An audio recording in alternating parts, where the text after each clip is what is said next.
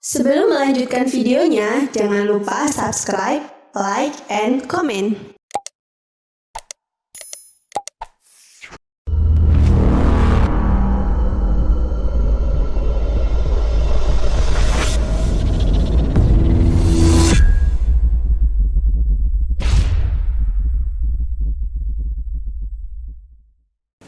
Assalamualaikum warahmatullahi wabarakatuh. Saudara-saudara yang berbahagia, yang selalu diliputi, diselimuti dengan perasaan senang, penuh harap, dan ingin menjadikan dirinya sebagai idola buat anak-anaknya. Itulah yang ingin saya sampaikan poin-poinnya. Sebab suatu ketika saya pernah mengadakan parenting dan saya memanggil dua siswa yang saat itu mendampingi orang tuanya. Saya bertanya kepada dia, apakah orang tua kalian di rumah itu sebagai idola buatmu, buat kalian? Dia gedek, geleng kepala. Tidak, katanya. Pertanyaan ini kalau disampaikan kepada putra putri kita, kira-kira jawabannya bagaimana, saudara-saudara? Apakah bapak ibumu di rumah itu sebagai idola? Jangan-jangan anak kita kemudian geleng kepala juga ya? Mudah-mudahan sih tidak. Tapi kalau itu terjadi, anak kita geleng kepala, itu sebagai masukan penting bagi para orang tua untuk evaluasi diri. Mungkin ada kekurangan, mungkin ada cara dan pendekatan yang kurang tepat di dalam mendidik anak kita. Maka ada beberapa solusi supaya anak kita ketika ditanya apakah orang tuanya sebagai idola supaya tidak geleng kepala itu. Ada beberapa solusi yang ingin saya sampaikan, mudah-mudahan ada manfaatnya. Yang pertama, biasakan kita layak menjadi idola di rumah sebagai teladan dalam berbagai aspek kehidupan. Misalnya bicaranya sebagai orang tua layak dicontoh karena santun, karena berkualitas, karena mampu memotivasi dan mendorong si anak untuk berpikir kreatif dan memunculkan inovasi-inovasi dari ucapan yang disampaikan oleh orang tuanya. Orang tua yang seperti ini akan terus menjadi idola bagi anaknya, karena dari ucapannya saja sudah bisa merasa anak terhipnotis dalam tanda petik untuk melakukan yang terbaik di dalam hidup ini.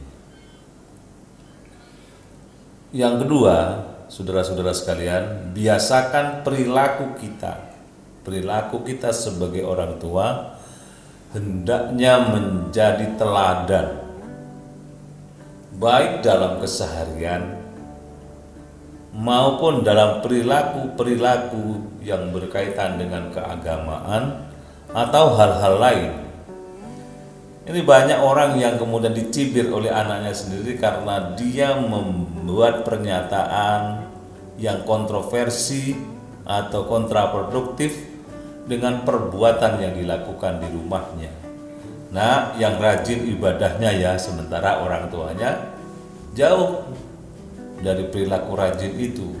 Nah, yang sering baca Quran misalnya bagi yang muslim, sementara orang tuanya tidak memberikan contoh membaca Quran itu. Akhirnya lama-lama pikiran anak, oh ternyata bapak saya ini, ibu saya ini hanya bisa berucap sementara perilakunya jauh dari ucapannya.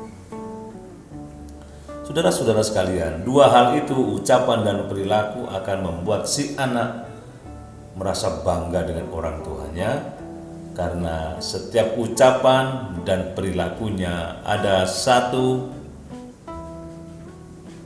contoh, ada satu nilai, dan ada kebersamaan di antaranya.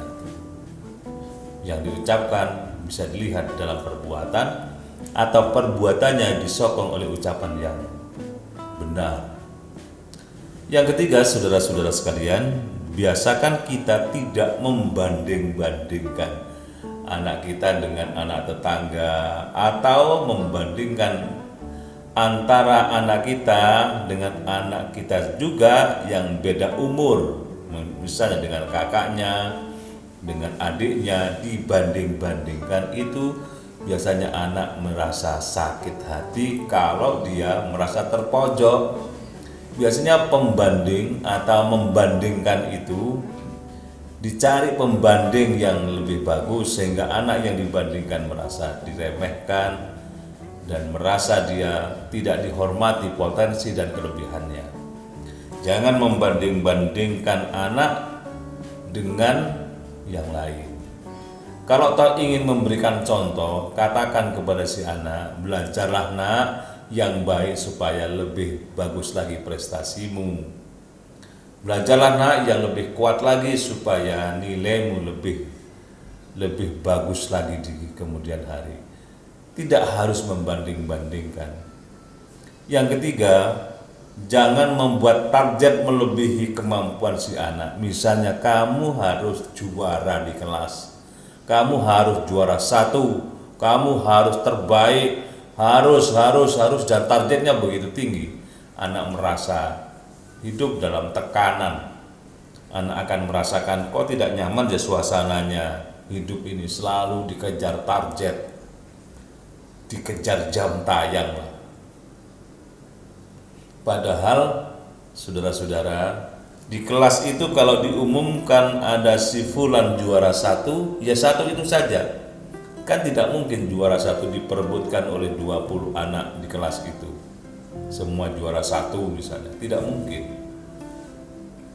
Melihat itu semua, maka orang tuanya hendaknya menyadari bahwa target seperti itu akan membuat anak menjadi lebih tertekan karena tidak bisa mencapai apa yang dimau oleh orang tuanya. Yang benar itu bagaimana si anak itu merasakan bahwa apapun prestasi, apapun capaian, itulah yang terbaik, hasil karya yang maksimal, dan kita tidak memaksa bagi mereka untuk harus menjadi yang terbaik.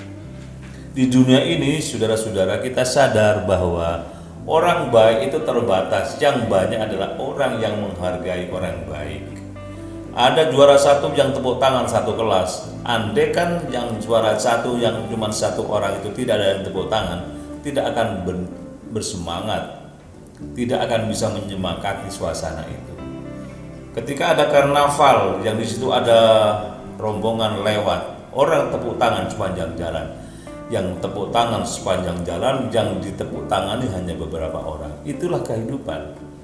Maka menjadi orang yang menyemangati orang lain dengan cara mengapresiasi itu jauh lebih mulia ketimbang orang yang mendapat penghargaan tapi dia tidak bersimpati kepada orang lain.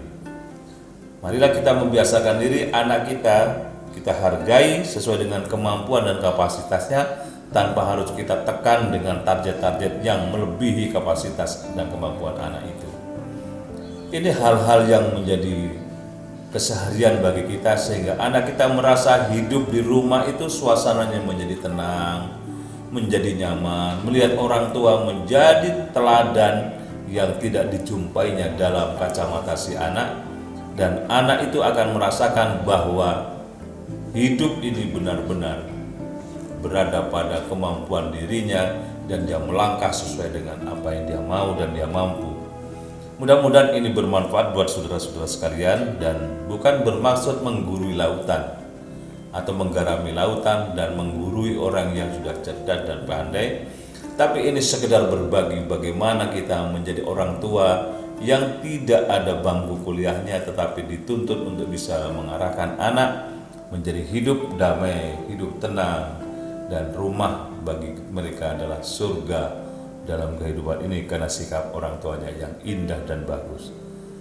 Mudah-mudahan kita semua bisa melakukan dengan baik. Terima kasih. Assalamualaikum warahmatullahi wabarakatuh.